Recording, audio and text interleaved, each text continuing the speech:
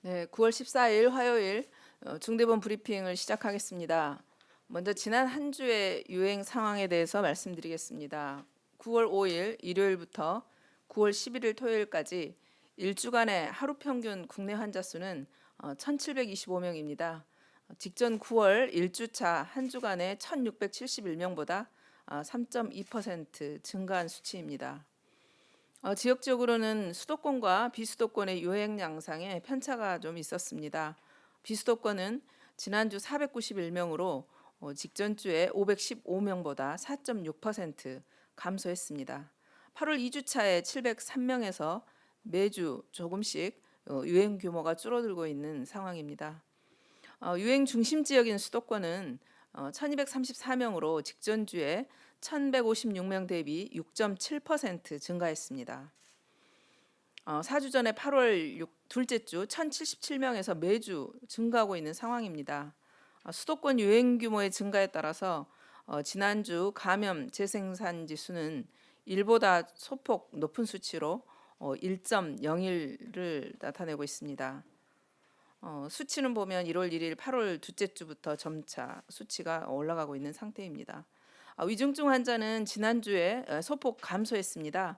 지난주 하루 평균 위중증 환자 수가 363명이었는데 직전주 389명보다는 좀 줄어든 상황입니다. 지난 1주간 총 사망자 수는 43명이었습니다.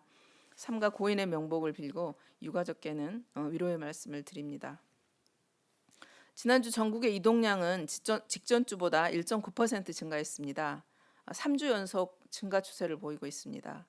이 외에 고속도로 통행량, 또 신용카드 매출액 등과 같은 이동량 보조 지표들도 모두 증가 추이를 보이고 있습니다. 거리두기 장기화, 그리고 또 피로 누적, 또 추석 연휴 준비 등으로 인해서 이동량이 증가된 것으로 판단하고 있습니다. 수도권의 경우 확산세가 지속되는 가운데 이동량도 함께 증가하고 있습니다. 위험 신호로 받아들입니다. 수도권 주민들께서는 큰 규모의 유행이 확산되고 있고 언제 또 어디서든지 감염이 발생할 수 있는 상황이기 때문에 모임과 활동을 자제해 주시기를 당부드리겠습니다. 오늘 중대본회의에서는 그 추석 대비 특별 교통대책에 대해서 논의를 했습니다. 한국교통연구원의 설문조사에 따르면은 이번 추석 기간 동안 일평균 이동량이 작년 추석 대비 3.5% 정도 증가할 것으로 전망된다고 합니다. 특히 이제 감염 우려 등으로 자가용에 대한 이용이 증가할 것으로 예상됩니다. 이에 따라 정부에서는 추석 특별 교통 대책을 마련하고 또 방역 관리에 만전을 기하도록 하겠습니다. 먼저 휴게소와 또 졸음쉼터 등 그 휴게 시설에 대한 방역을 강화하겠습니다. 그 휴게소 출입구에 대해서 동선을 분리하고 모든 음식은 포장만 허용됩니다. 또 실내 테이블 운영은 중단합니다. 다만 야외에서는 테이블마다 투명 가림막을 설치할 예정입니다.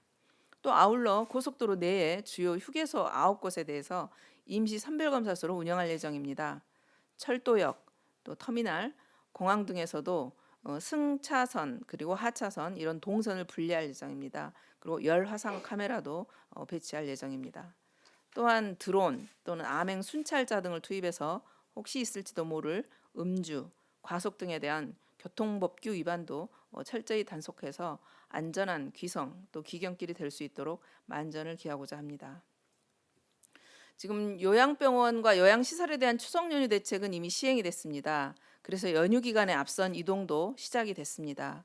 따라서 추석 연휴 이동으로 인해 코로나19 확산 방지를 위해서는 무엇보다도 국민 여러분들의 자발적 참여가 절실한 상황입니다.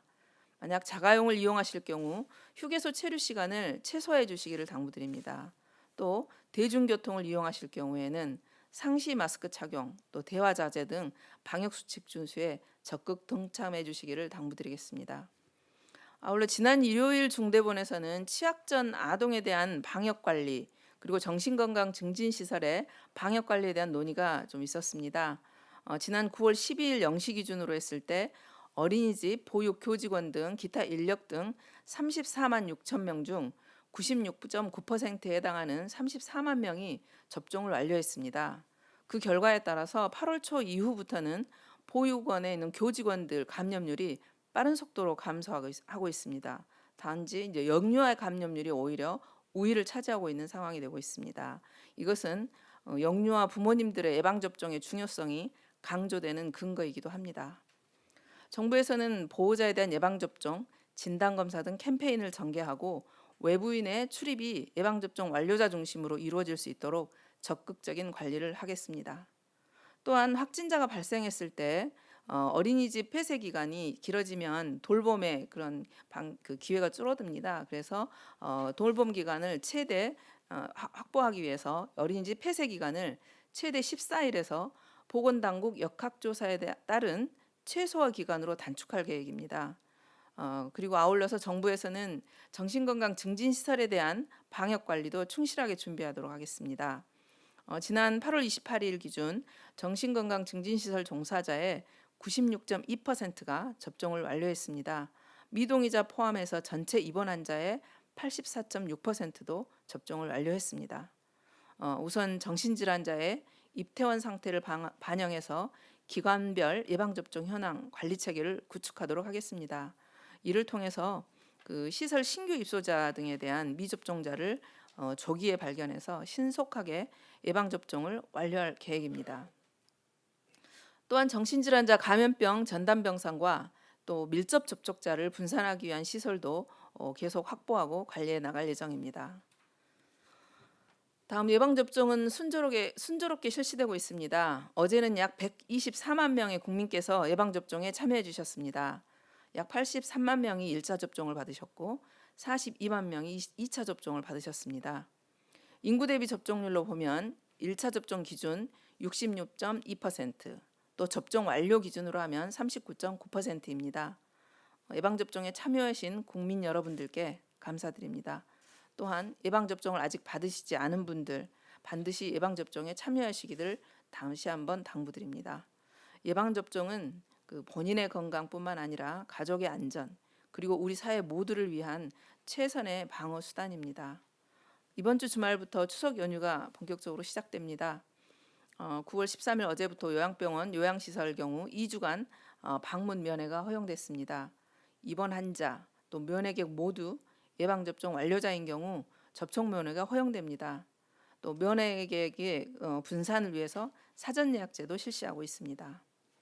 또한 오는 9월 17일 금요일부터는 수도권 등 4단계 지역의 가정 내 모임에 한정해서 접종 완료자를 포함한 8인까지 모임이 허용됩니다.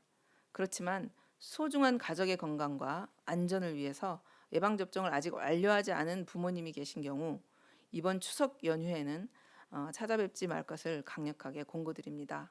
그리고 접종을 완료했거나 진단검사를 받은 후에 최소의 인원으로 고향을 방문해 주실 것을 권고드립니다.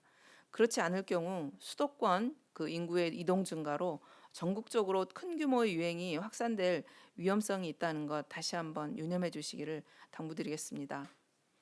오늘 또 방역 수칙을 지키며 예방접종에 참여해 주고 계신 국민 여러분들과 또 현장의 의료진, 공무원들의 노고에 진심으로 감사드립니다.